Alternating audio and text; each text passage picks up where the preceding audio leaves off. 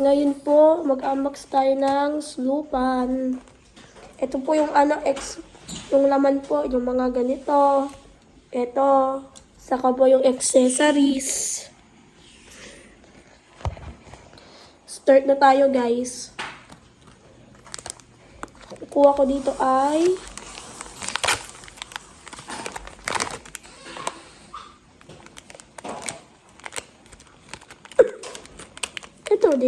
ito ulit. Ito ulit. Never mind. Skip na lang natin po, guys. Meron po akong isa dito. Pag-akyat mo, kumuha ka na ng damit. Opo, mami. Tapos, mamaya ko na lang po ipakita sa inyo po, guys. Tapos Skip po ito. Ito po ay Slupan Police. Sana iba, wag yung kamuka. Nakuha ko ay... Ano?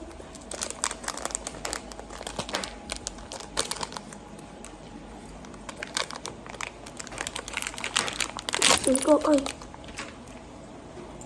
Buti yung iba.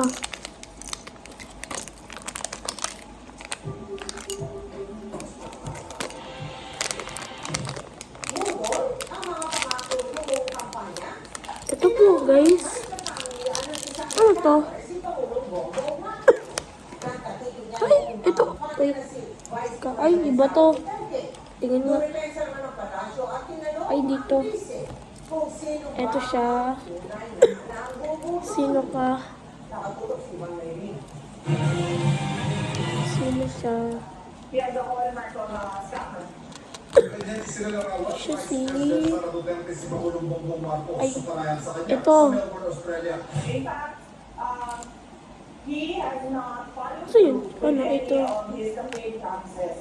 And that is an example of the conflicts with regard to our president. And Ganito. when Bono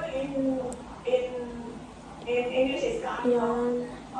when we're not surprised. Nasa Australia Bise, kung saan dumalo siya sa rally para sa Yung pangalawa ng pagpapalaya kay dating sombrero. Pangulong Rodrigo Yan. Duterte.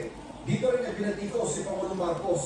I have problems with his performance as president. And I have problems with the Ang hirap violations of tapit.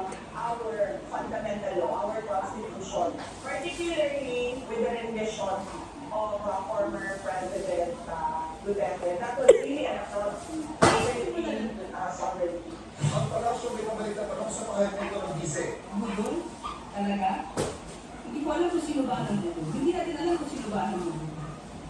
Sa panahon, sa nakikita po natin, Ang hirap. Paulo, Skip na lang natin to. Mamaya na din to. sabi, Yan. ang focus sa trabaho at hindi pamumulitika. Slupan Police Sino ba Gate. talaga ano? Ang biyahe nito ng Bise sa Australia. Nakuha ko ay... Sa loob ng isang buwan.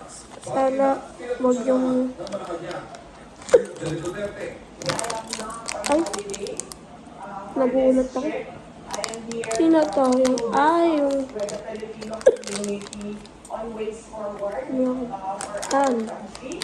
And of course, how we can Huwag push kang pumunta that dito. Baka administration mahalo to ka, do guys. more for our Ito muna yung accessories. Baka wala ka. The Philippine government should not discount the contributions of the Filipino communities worldwide. Ayun, ninja. Guys, tignan mo to. Sigma ko.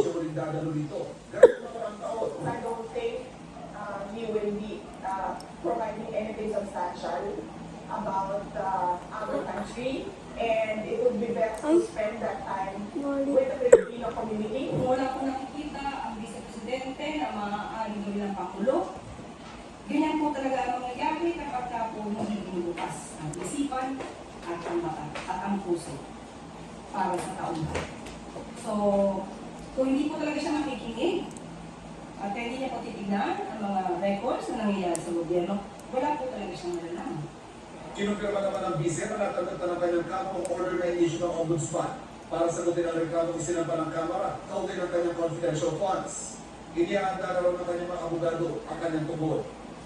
Para sa GMA Integrated News, Ivan Merida nakatutok, 24 oras. 8 taon lang nakalipas pero hindi pa rin tuluyang nakakabangon ang mga taga-Manam.